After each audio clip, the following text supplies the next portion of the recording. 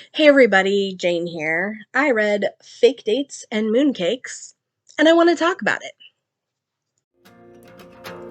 Pictures and patterns put into words that stream across the page, capturing life as soft spoken. So, this is a YA male-male romance, and it involves Dylan and Theo. Dylan is being raised by his aunt after his mother has died, and his aunt owns a Chinese restaurant. They are I want to say it's from Hong Kong originally, but I may be wrong. But they're Chinese. They have a Chinese background. And his aunt is really struggling to make the business succeed. And so he decides that he is going to enter a mooncake competition. And if he wins, part of the prize is like he gets to choose a restaurant for this competition like show to feature. And he's going to feature his aunt's restaurant. His mom and his grandma have a really special mooncake recipe, and the aunt doesn't remember what all the details of it are. And unfortunately, the mother has passed away, and the grandmother has Alzheimer's, maybe has dementia, so she doesn't remember all the details of the recipe. But him and his aunt are trying to figure out this mooncake recipe. So that's kind of one storyline that's happening here. But that's obviously not the romance. So during one day, he's helping to deliver meals. He's not usually the delivery guy, but he does sometimes. And he delivers this meal to a guy who is obviously very wealthy, and he is there with another guy, and these guys are in their like shorts, underwear. Clearly something has been happening between these two. And when he delivers the food, the guy loses his crap on him and is like, "You put onions on my food. I wanted no onions. What if I had an allergy? I'm going to report you to everybody and give you a million bad reviews." So obviously, his aunt's restaurant doesn't need that. The next day, I think it is, Theo, who was the other guy who was there, shows up and is like, "Hey, I'm so sorry that my friend," he's like, "I'm so sorry that my friend was a complete jerk. And here is like $100 tip to try to make things better." And I think he like hangs around for a little bit and chats. And his mother was Chinese but has passed away. She was killed by a drunk driver. And he is been raised by his dad, who's kind of distant and who is not super in the picture, but is really wealthy. So, anyway, he decides, apparently, because we don't get his perspective. And I wish we had, because, like, especially in the beginning, I was like, what's Dylan's game here? Or, I'm sorry, what's Theo's game? Like, we have Dylan's perspective. We know why he's into Theo. But we have no idea why Theo's into Dylan. And like obviously he has been having a relationship, which we find out is more like a friends with benefits thing with the other guy at the apartment. So him and Dylan and Theo start hanging out, and at one point Dylan explains to Theo that, his aunt's having trouble and why he wants to do this whole mooncakes thing. And Dylan's like, "Well, I'll just give you a $5,000 grant to keep your restaurant afloat." And Dylan's like, "I can't take money from you." And he's like, "Well, how about this? You take the money for your aunt and then come with me on a fake date to my cousin's wedding." Now, his cousin and family is totally fine with him being gay and having boyfriends.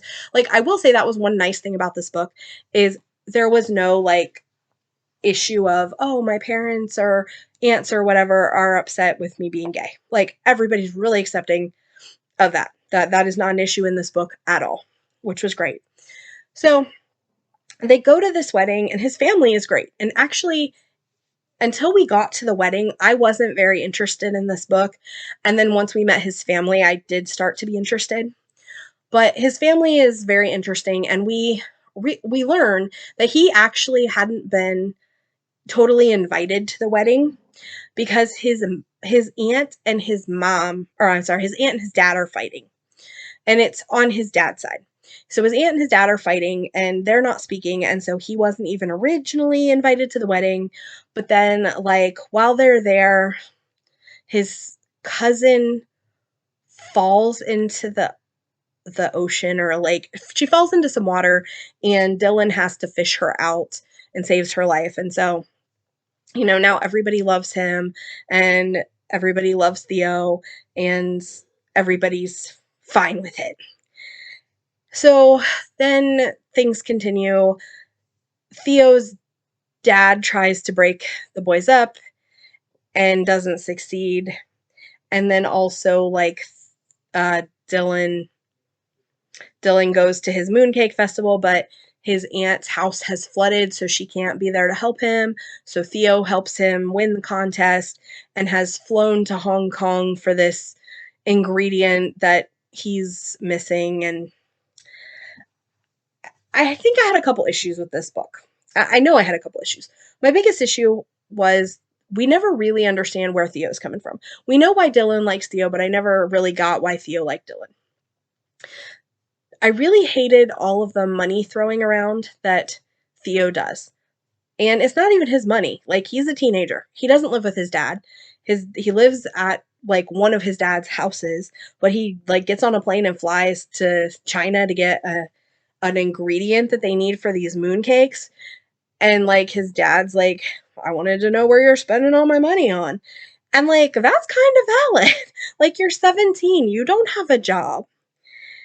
And just, like, the way he was with the money, and it kind of bothered me. And then also, like, I get it's supposed to be like a billionaire romance type thing almost, and oh, I'm gonna, fix all of your problems, you poor, poor boy, with money. But it just didn't hit right for me. I did not care for that part at all. I just really had a struggle with their relationship. And then, like, his relationship with the other guy, who was like his friends with benefits thing. I was kind of unclear on some of that. Like, I don't know. It's so glossed over. And this book just, like, so much didn't really work for me. Or, like, his aunt having the flood in her house the day of the mooncake thing. It just felt so contrived sometimes. So, like, while I thought it was cute at times, I learned a lot about mooncakes and some things about Chinese history, and I believe the author is Chinese. I don't know that for sure, but I learned a lot, and I thought that part was cool. But I just, like, the dating itself, a lot of it didn't work for me. I did love Theo's family, except for his dad. His dad's a jerk. But, like, his cousins and their little family dramas. And this book almost reminded me, it was like almost trying to be a family drama, but with romance. And I think too, again, this is YA and these boys are 17, and maybe that's part of the reason that for me it didn't work, but it could really work for you if you really read a lot of YA romance, if you can kind of push all the coincidences aside, and the whole, I'm going to fly to China and get the ingredients you need. I'm going to give your aunt $5,000 for her restaurant. I'm gonna, just, like, throw the money around. If you can get past all that, you may really enjoy this. It just kind of didn't work for me as much as I wanted it to. Though I enjoyed some things about it. So, have you read this? If you did you feel similarly? Did you feel like it was a little bit of a stereotypical billionaire romance? I'm just going to throw money at everything and solve your problems since you're poor. I really hate that. So, did you see that? Did you feel that? What other male romances could you recommend that are not YA, but also not necessarily super explicit? So this book is fairly clean. I think there's a little bit of a makeout session. That's it. And while I don't mind a couple scenes, I don't want anything extremely like I don't want it, I don't need it to be super, super spicy. So do you have anything that you can recommend that is not YA, maybe male, and not super spicy? All right, guys, this has been Jane. I'll talk to you later. Bye.